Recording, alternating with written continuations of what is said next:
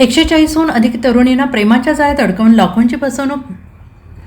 भामटा आदर्श म्हात्रे मानपाडा पोलिसांच्या ताब्यात. प्रेमाच्या जाळ्यात अडकवून तरुणींशी संबंध प्रस्थापित करणे, त्यांचा विश्वास संपादन करणे, नंतर त्यांच्या नावावर लाखो रुपयांची कर्जे काढून फसवणूक करणाऱ्या भामट्याला डोंबिवलीतील मानपाडा पोलिसांनी ताब्यात घेतलंय.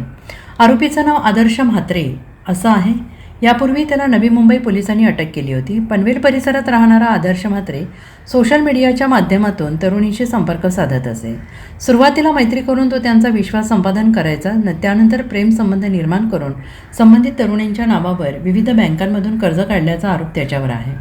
तपासात आत्तापर्यंत 140हून अधिक तरुणींना त्याने आपल्या जाळ्यात ओढल्याची माहिती समोर आली आहे. यापैकी 11 तरुणींनी पुढे येऊन अधिकृत तक्रारी दाखल केल्या असून आणखीन काही पीडित महिला तक्रार देण्याची शक्यता पोलिसांनी व्यक्त केली आहे. विशेष म्हणजे फसवणुकीला बळी पडलेल्या अनेक महिला उच्च शिक्षित असून विविध क्षेत्रांमध्ये मोठ्या पदांवर कार्यरत आहेत. आर्थिक, कॉर्पोरेट आणि व्यावसायिक क्षेत्रातील महिलांची संख्या यामध्ये लक्षणीय असल्याची माहिती समोर येते. नवी मुंबईतील पोलिसांनी अटक केल्यानंतर डोंबिवलीतील एका तरुणीने फसवणुकीची तक्रार दिल्याने मानपाडा पोलिसांनी आदर्श म्हात्रेला ताब्यात घेतलं.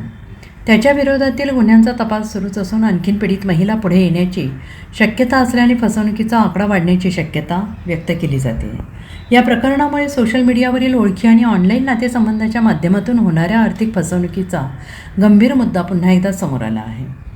मानपाडा पोलीस स्टेशन येथे एक तरुणीच्या तक्रारीवरून आर्थिक फसवणुकीचा गुन्हा नोंद झालेला होता. सदर गुन्ह्याचा तपास करत असताना आरोपित नामे आदर्श प्रशांत म्हात्रे उर्फ रुद्रेश गणेश गोंधळी, वय 34 वर्ष, राहणार मुक्काम पोस्ट तुराडे रसायनी, तालुका पनवेल, जिल्हा रायगड, यास मानपाडा पोलिसांनी अटक केलेली आहे. सदर आरोपी हा यापूर्वी नवी मुंबई पोलिसांनी पकडलेला होता. त्याच्यावर एकूण 10 गुन्हे विविध पोलीस ठाण्यामध्ये नोंद करण्यात आलेले आहेत. सदर आरोपी हा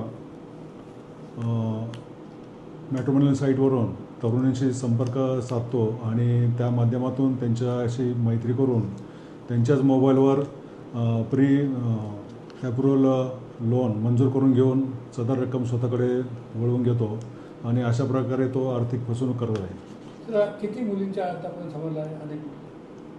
आता पावे तो एकूण 11 तरुणींनी दिलेल्या तक्रारीवरून गुन्हे नोंद झालेले आहेत. बहुत किती मुली समोर येण्याची शक्यता झाला, किती आल्या त्या काय आकडा आहे का? अजून पण या मुली ज्यांची आर्थिक फसवणूक झाली आहे अशा मुली समोर येऊ शकतात. त्यांनी संबंधित पोलीस स्टेशनकडे संपर्क साधून याबाबत गुन्हा नोंद करावा.